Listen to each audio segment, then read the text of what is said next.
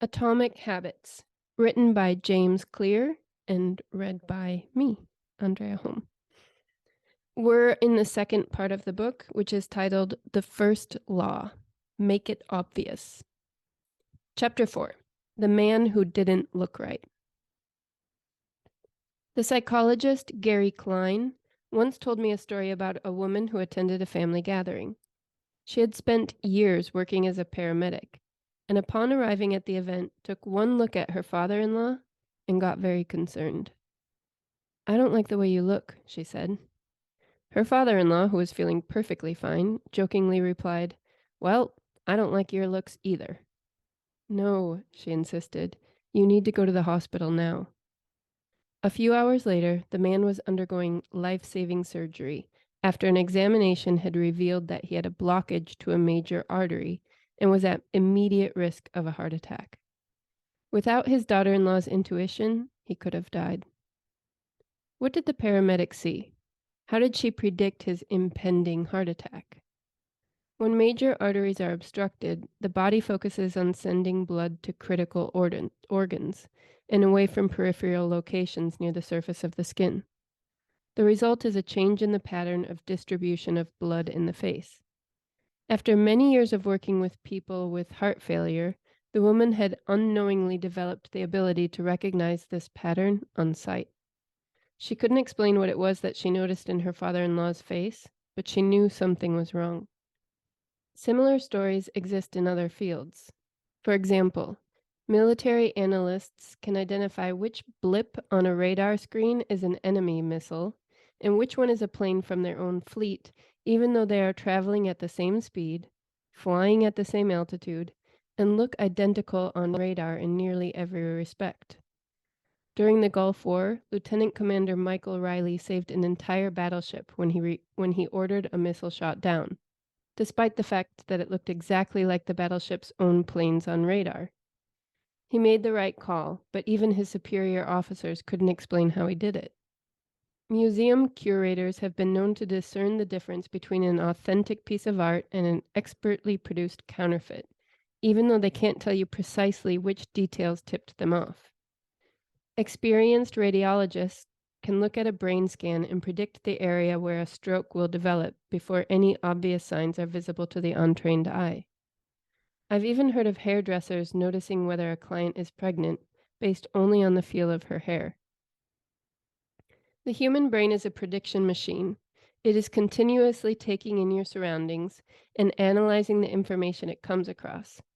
Whenever you experience something repeatedly, like a paramedic seeing the face of a heart attack patient, or a military analyst seeing a missile on a radar screen, your brain begins noticing what is important, sorting through the details, and highlighting the relevant cues and cataloging that information for future use.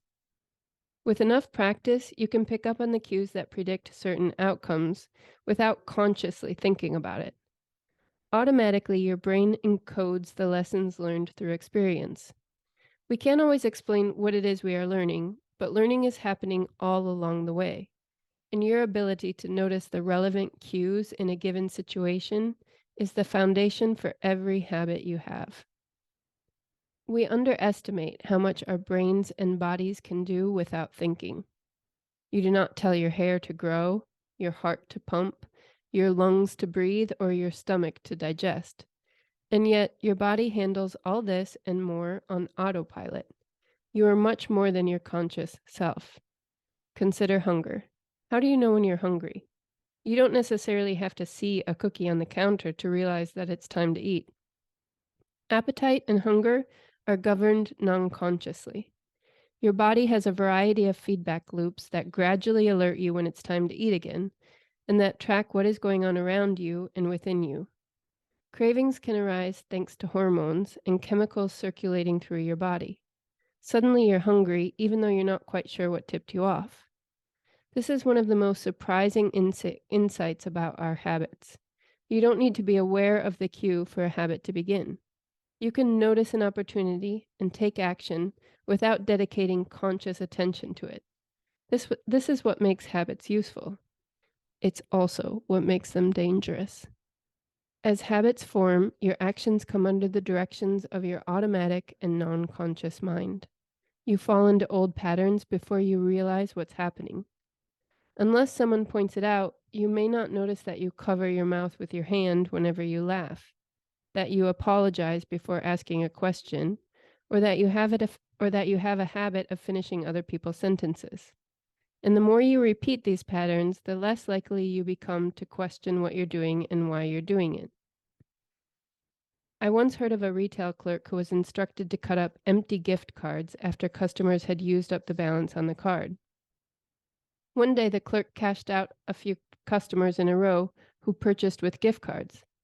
When the next person walked up, the clerk swiped the customer's actual credit card, picked up the scissors, and then cut it in half, entirely on autopilot, before looking at the stunned customer and realizing what had just happened. Another woman I came across in my research was a former preschool teacher who had switched to a corporate job. Even though she was now working with adults, her old habits would kick in, and she kept asking coworkers if they had washed their hands after going to the bathroom. I also found the story of a man who had spent years working as a lifeguard and would occasionally yell, "Walk!" whenever he saw a child running. Over time, the cues that spark our habits become so I laugh because it sounds like something I would do. I used to work with kids a lot. Sorry.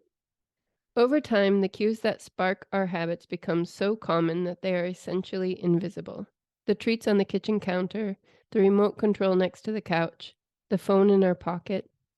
Our responses to these cues are so deeply encoded that it may feel like the urge to act comes from nowhere. For this reason, we must begin the process of behavior change with awareness. Before we can effectively build new habits, we need to get a handle on our current ones. This can be more challenging than it sounds because once a habit is firmly rooted in your life, it is more non-conscious and automatic. If a habit remains mindless, you can't expect to improve it. The habits scorecard. The Japanese railway system is regarded as one of the best in the world. If you ever find yourself riding a train in Tokyo, you'll notice that the conductors have a peculiar habit. As each operator runs the train, they proceed through a ritual of pointing at different objects and calling out commands. When the train approaches a signal, the operator will point at it and say, "Signal is green." As the train pulls into and out of each station, the operator will point at the speedometer and call out the exact speed. When it's time to leave, the operator will point at the timetable and state the time. Out on the platform, other employees are performing similar actions. Before each train departs, staff members will point along the edge of the platform and declare, "All clear." Every detail is identified, pointed at, and named aloud. There's an asterisk here. It says, "When I visited Japan, I saw this strategy save a woman's life. Her young son stepped onto the Shinkansen, one of Japan's famous bullet trains that travel at over 200 miles per hour, just as the doors were closing. She was left outside on the platform and jammed her arm through the door to grab him. With her arm stuck in the door, the train was about to take off, but right before it pulled away, an employee performed a safety check by pointing and calling up and down the platform. In less than 5 seconds, he noticed the woman and managed to stop the train from leaving. The door opened, the woman, now in tears, ran to her son, and a minute later the train departed safely." This process, known as pointing and calling, is a safety system designed to reduce mistakes. It seems silly, but it works incredibly well. Pointing and calling reduces errors by up to 85% and cuts accidents by 30%. The MTA subway system in New York City adopted a modified version that is point only, and within 2 years of implementation, incidents of incorrectly berthed subways fell 57%. Pointing and calling is so effective because it raises the level of awareness from a non-conscious habit to a more conscious level. Because the train operators must use their eyes, hands, mouth, and ears, they are more likely to notice problems before something goes wrong. My wife does something similar. Whenever we are preparing to walk out the door for a trip, She verbally calls out the most essential items in her packing list. I've got my keys, I've got my wallet, I've got my glasses, I've got my husband. The more automatic a behavior becomes, the less likely we are to consciously think about it. And when we've done something 1,000 times before, we begin to overlook things. We assume that the next time will be just like the last. We're so used to doing what we've always done that we don't stop to question whether it's the right thing to do at all. Many of our failures in performance are largely attributable to lack of awareness. One of our greatest challenges in changing habits is maintaining awareness of what we are actually doing. This helps explain why the consequences of bad habits can sneak up on us. We need a point and call system for our personal lives. That's the origin of the habits scorecard, which is a simple exercise you can use to become more aware of your behavior. To create your own, make a list of your daily habits. Here's a sample of where your list might start. Wake up, turn off alarm, check my phone, go to the bathroom, weigh myself, take a shower, brush my teeth, floss my teeth, put on deodorant, hang up towel to dry, get dressed, make a cup of tea, and so on. Once you have a full list, look at each behavior and ask yourself, is this a good habit, a bad habit, or a neutral habit? If it's a good habit, write plus next to it. If it's a bad habit, write minus. If it's a neutral habit, write equal. For example, the list above might look like this. Wake up, equal. Turn off alarm, equal. Check my phone, minus. Go to the bathroom, equal. Weigh myself, plus. Take a shower, plus. Brush my teeth, plus. Floss my teeth, plus. Put on deodorant, plus. Hang up towel to dry, equal. Get dressed, equal. Make a cup of tea, plus. The marks you give to a particular habit will depend on your situation and your goals. For someone who is trying to lose weight, eating a bagel with peanut butter every morning might be a bad habit. For someone who's trying to bulk up and add muscle, the same behavior might be a good habit. It all depends on what you're working toward. Scoring your habits can be a bit more complex for another reason as well. The labels good habit and bad habit are slightly inaccurate. There are no good habits or bad habits. There are only effective habits. That is, effective at solving problems. All habits serve you in some way, even the bad ones, which is why you repeat them. For this exercise, categorize your habits by how they will benefit you in the long run. Generally speaking, good habits will have net positive outcomes. Bad habits will have net negative outcomes. Smoking a cigarette may reduce stress right now. That's how it's serving you, but it's not a healthy long-term behavior. If you're still having trouble determining how to rate a particular habit, here's a question I like to use. Does this habit cast a vote for or against my desired identity? Habits that reinforce your desired identity are usually good. Habits that conflict with your desired identity are usually bad. As you create your habits scorecard, there is no need to change anything at first. The goal is to simply notice what is actually going on.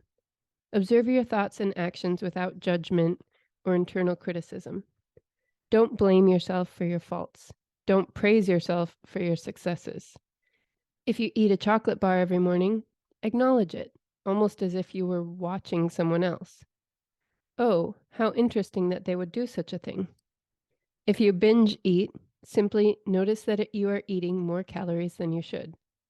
If you waste time online, notice that you are spending your life in a way that you do not want to. The first step to changing bad habits is to be on the lookout for them. If you feel like you need extra help, then you can try pointing and calling in your own life.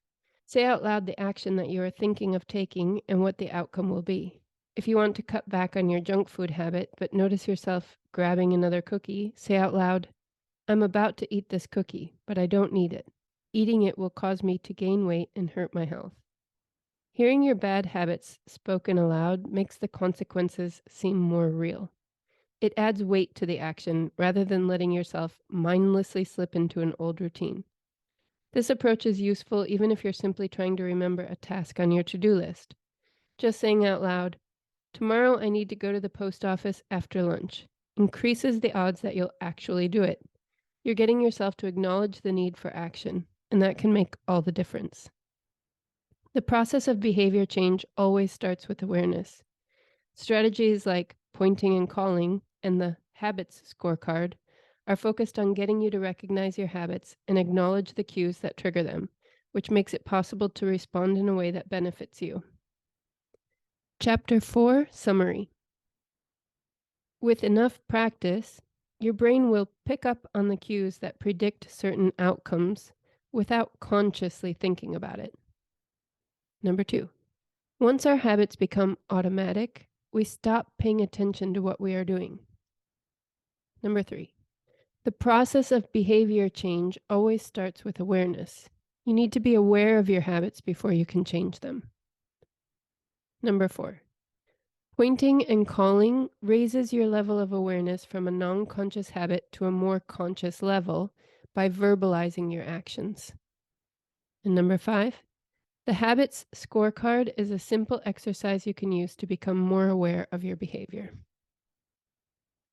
The next chapter, chapter 5, is titled The Best Way to Start a New Habit. But we'll save that for next time. Bye for now.